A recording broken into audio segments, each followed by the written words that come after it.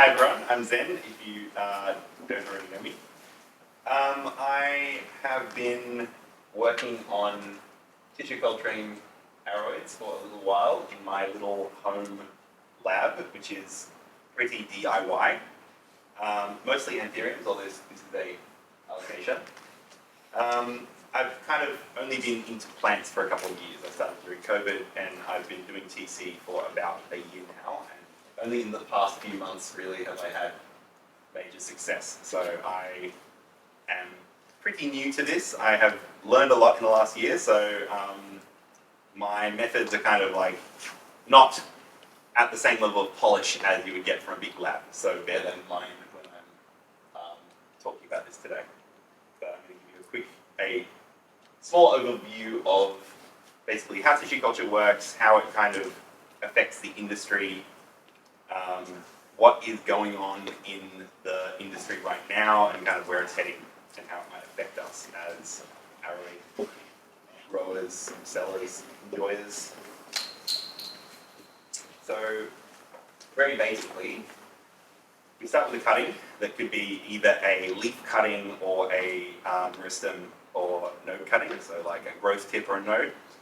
And we will introduce it into a sterile vessel with some hormones. And those hormones are usually either to introduce it to tissue culture, so just to get it growing, or to induce callus development. And callus is like basically stem cells. So it will actually form like, you'll see a photo later, but it actually forms like a little, kind of like a tumor of growth that is like undifferentiated cells that we can turn into whatever we want to grow later. After that, we'll go and move that again into a new sterile container that has some different hormones that are to create some shoots and multiply. And we'll get like almost like a little ball of shoots coming out with kind of little leaves. We can cut that up in a sterile environment again and put it into the introduction hormones again to grow it out to be like kind of a little plant about this big. After that, we'll stick it in rooting hormones and eventually it will come out. But usually, like we see this cycle there because usually what will actually happen is you'll always keep a number of these little tiny shoots in tissue culture so that you can always have a constant supply. You can kind of then decide how many you want to bring out and acclimate at a time, so you can kind of have a constant supply of plants to do what you like with usually sell. So, I think, actually, raise of hands, who here has heard that tissue culture plants are sometimes sick and worse than non-tissue culture plants? That is largely a myth, propagated by some loud people on the internet. The reality is that like this usually has more to do with like mass production plant growing than tissue culture itself. Like it is true that you can have like garbage in, garbage out, as in if you have a crappy mother plant, you were going to have crappy propagations, just like you would if you took cuttings from it and grew them out. But in reality, like usually, for example, actually, Melissa was saying about pink princesses having some ugly leaves and kind of having some weird colours, and that's usually because of like plant growth regulators and other chemicals that are used in the tissue culture process or after the tissue culture process when they're being grown from, I guess, plug size to what you would buy at Bunnings. And usually, after some time, if you grow them out yourself in your normal environment, that will go away. So it's not really to do with tissue culture, and can even happen if you buy like, if you were to, for example, have a plant at Bunnings that wasn't tissue cultured, that can also happen. One reason why it could possibly happen, really though, is something called somoclonal variation. So when you grow tissue cultured plants from stem cells, you actually get genetic variation in those. In less of a with less frequency than you would from like seedlings, but there is still some genetic mutation there, and that's something important to remember. We'll come back to that later. TC is mostly great overall because for many reasons, and one of my favorite reasons is because it means that we don't have to, or people don't have to poach plants from the wild so much to sell them to people like us who would buy them to flex them on Instagram. The other side of that, though, is that once a plant is in TC, nobody like us cares about it anymore because we can no longer flex it on Instagram.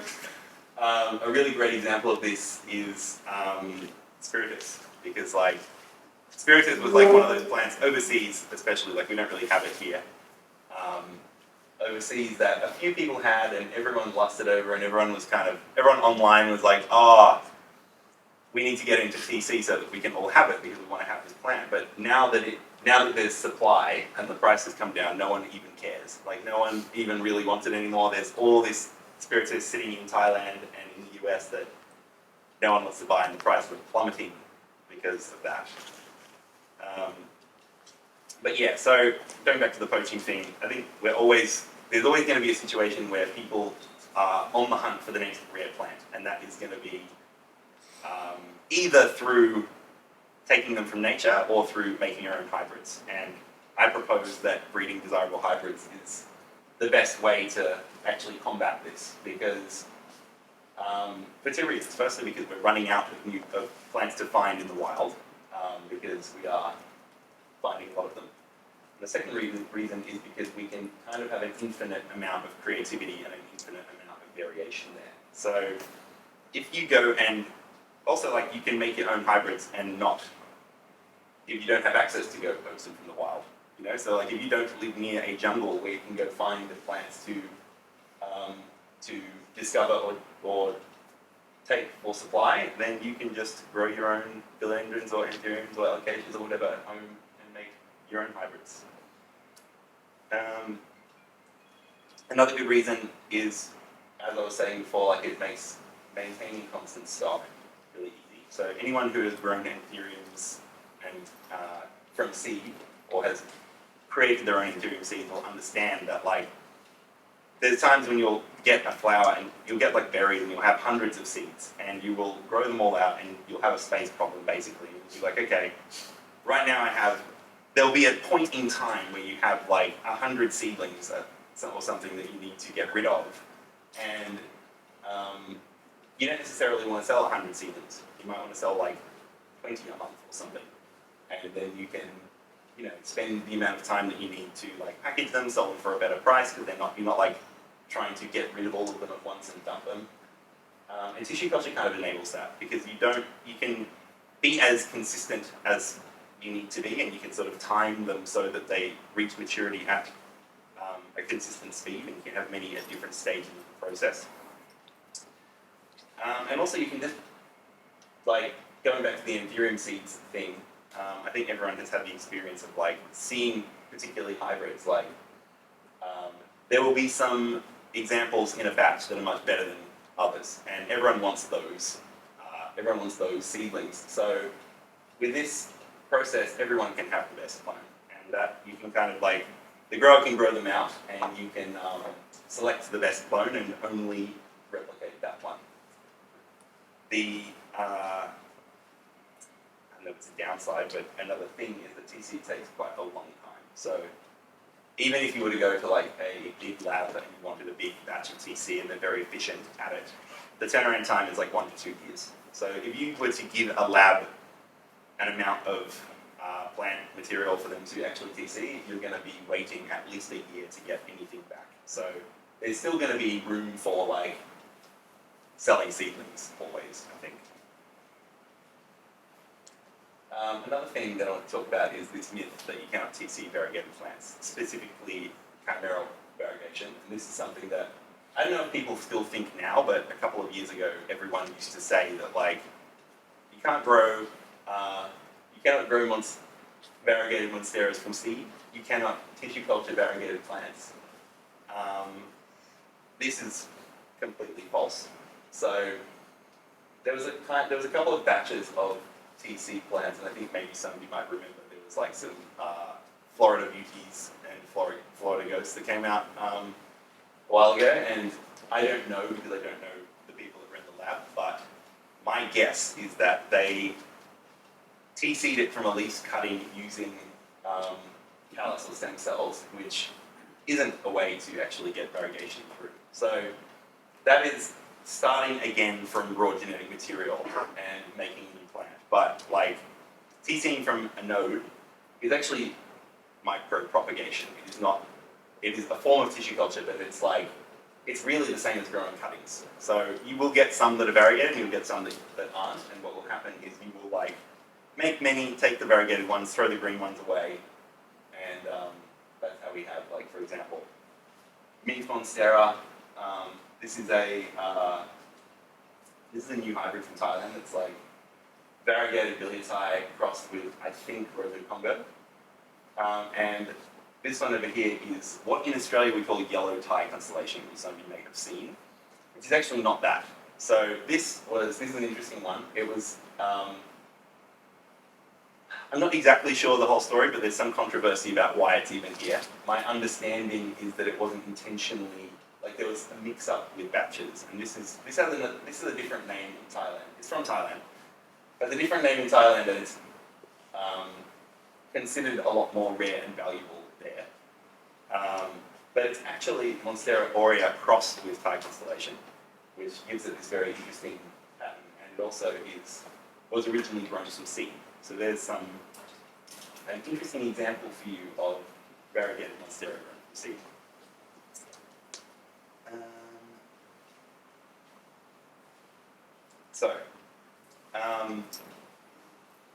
Some of you may be wondering, like, okay, what do you, say you want to start tissue culture, and like, how do you actually do that? Because when I started, I did a lot of Googling, and I found that there's not much information online about what protocols to use for the kind of plants that we're interested in. I tried some very old stuff that I found in some very old research papers with very little success. But basically, it's like a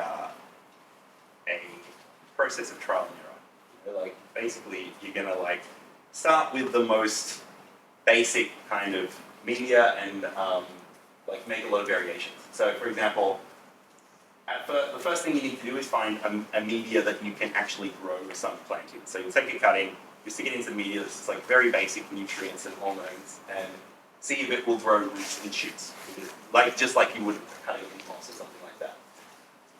Once you have that, you can kind of repeat the process for the other stages. And this can take quite a long time. Like, as you can see here, like I often have to make like more than 100 tubs of media and put 100 kind of plant material pieces into those, differing depending on what sort of stage it's at, to even see if it works, and sometimes none of them work. So it can be very frustrating. I think the very best result I got was sort of a turnaround time of 1 month to sort of decide whether it works. And this is also like, I'm also going to continue optimizing this. So once I, for example, find an initiation of growth media that works for a particular plant, I'm going to move on to multiplication stage, but I'm still going to keep putting more into initiation just to like see if I can find one that works faster and produces more consistent results. So over time that improves, but usually the first run of a particular plant is going to take some time. And that's why it takes labs like a year or two to actually deliver material.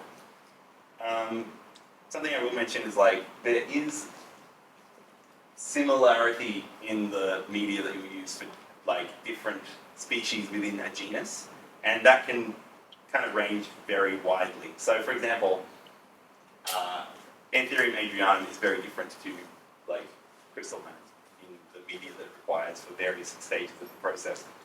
Like different stages can vary while other stages will be the same. Like for example, the initiation and growth media is pretty much the same between adrianum and crystallinum and other velvets, but the multiplication and grouping media is different.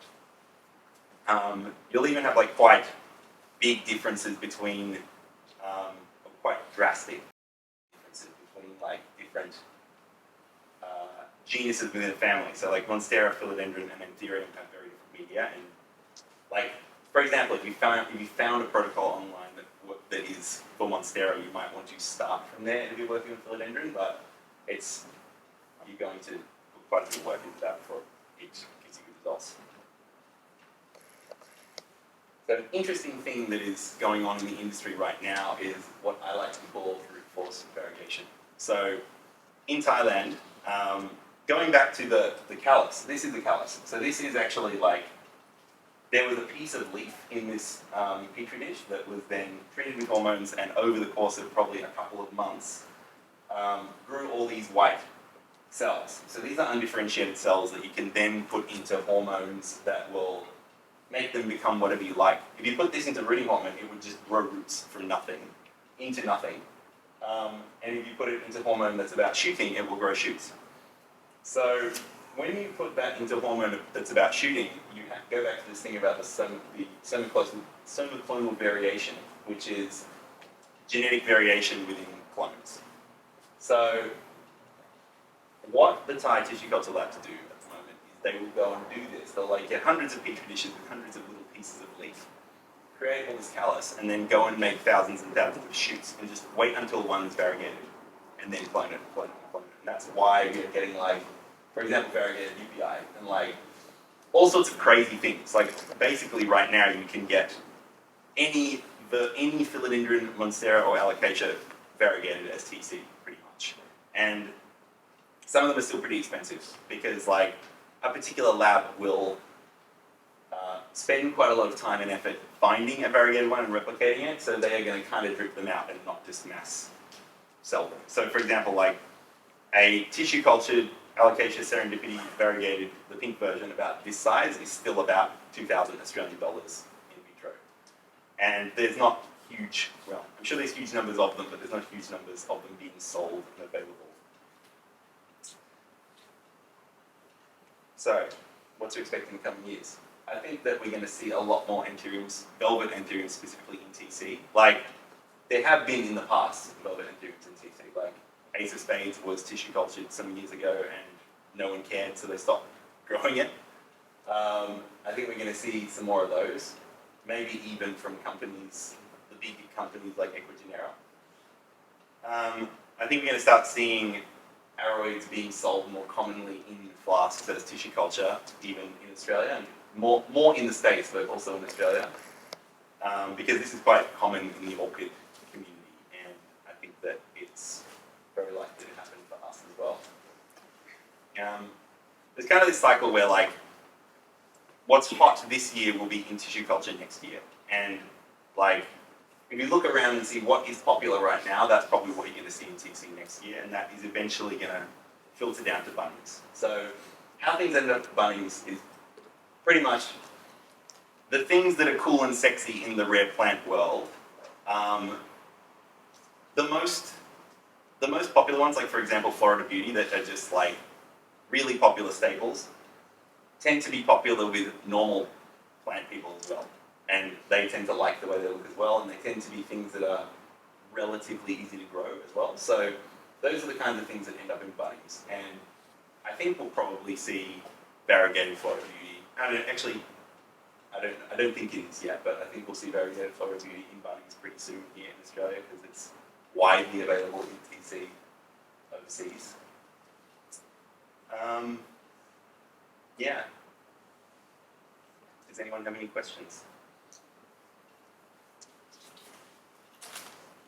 What are you making for us? That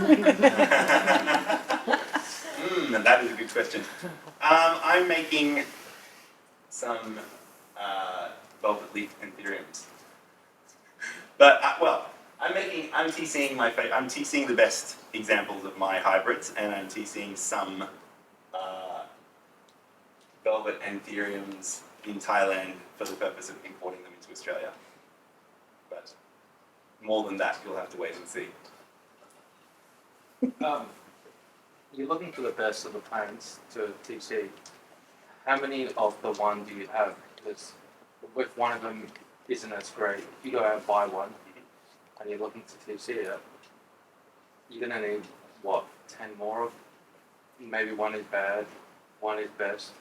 Do you have a whole stockpile of plants you've grown and you're looking at them and thinking, this one is best out of all of them, I'll TC this one, and then the clone comes from that one? Or do you just have a couple and you just go on with that?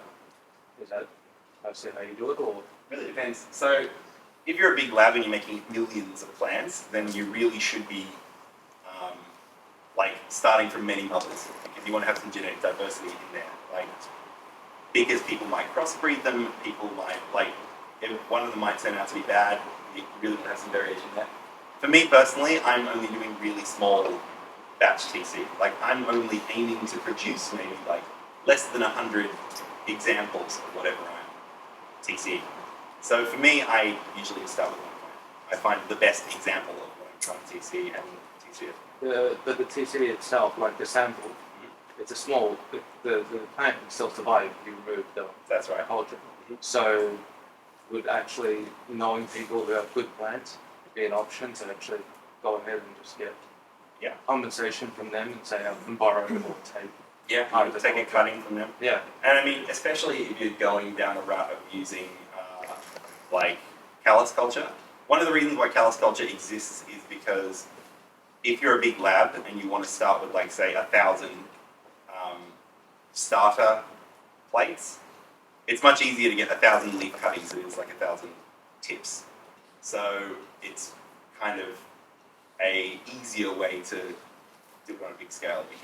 Like with callus culture, you can start from any part of the plant. Like you can start from a piece of root, you can start from a piece of petiole, a piece of leaf, a piece of inflorescence, whatever, or spathe, whatever. So yes, you should aim to have a few plants to start with, but it depends. So you don't go for end up with a lot of them for some kind of. I mean, there's an end goal here. Yes, there's an end goal, which is to make a given amount of the best quality of a particular plant that I can. Okay. And that goal will depend on who you are and what your business is, I guess. Sure. Can you TC a TC over and over and over again, or Yes. That's does like it degrade over time, or like you instead of like the original plant, you'll just keep them TCing the TCs? not really. I mean, you can get some variation when you keep multiplying and multiplying and multiplying, but it's very slow, few and far between. So usually TC labs will sort of, like the plants that you get from Bunnings are all TC, but those sorts of labs will select the most vigorous plants and kind of keep them in TC and keep multiplying and multiplying and multiplying for I don't know that they never start again, because I don't know how the process works really, but I would guess that rarely, if ever, do they go get a non-TC plant and start again from scratch. Sure. With the group variegation, is there a chance of that when you do the second generation of TC that it will revert? It can always, chimeral variegation can always revert, yeah. Yeah, even with the brute variegation. Okay. Yes, it can. So the way that works is like you try and replicate as many as possible and then sort of like multiply, like you'll find a variegated example, you will multiply it, and even when you do multiply it, many of them will turn out green. Like maybe 70% of them will turn out green, but when you're creating like hundreds of little plantlets, 30% is a pretty good hit rate. Okay. Interesting. So, With you next, Jess. with the brute force variegation, do you know whether people have done genetic sequencing to identify which, I guess, genes and which markers and genes are responsible for getting that variegation in the first place, so that they can just treat something, say, like this CAS system, rather than having to brute force it, or is it just more efficient to brute force because they already have the protocols in place? Very good question. I have wondered the same thing myself. I don't think so. I'm not aware of any research that's been done to try and identify those genes, because the obvious answer would be to use CRISPR, right? But I think these labs are actually pretty low tech, and they are sort of usually operating out of like a room this size on like with almost like a kitchen style setup with a homemade laminar flow hood. They're not doing genetic sequencing or anything, but I wouldn't be surprised if that is something that happens though. Yeah, do you know of anyone doing it more, I guess, in like Australia or the UK or something? Because surely deep sea is so easy to do. It's, I have no idea. I'm not the right person to ask about that. I would love to know though if you would find out. Yes? Is there an ideal age for you to begin digital training on the planet? And two, I guess, what does your setup look like and why isn't everyone doing this? And how easy is it to start? Ideal age? No, there's not really. I mean, for me, actually, with Anthuriums, the ideal age to initiate something into tissue culture using a node is a juvenile seedling, because it's big enough that the biggest problem is with Anthuriums specifically, with the stem, is getting them sterile enough, because there's a lot of like nooks and crannies in those stems around the nodes that is really difficult to sterilize enough without killing tissue. So I find that if I grow seedlings in hydroponics and they're sort of like on their fifth leaf or something, that's about the right size, but there's no negative impacts that I'm aware of from starting them earlier or later. Second question about my setup. I have a spare bedroom in my house in Thailand that I use, and for growing plants and doing TC, I basically just have like a table with a still box, which is like a very cheap version of a laminar flow hood, and more or less a little kitchen bench. It's very basic. Anyone else? All right. Thank you so much. That was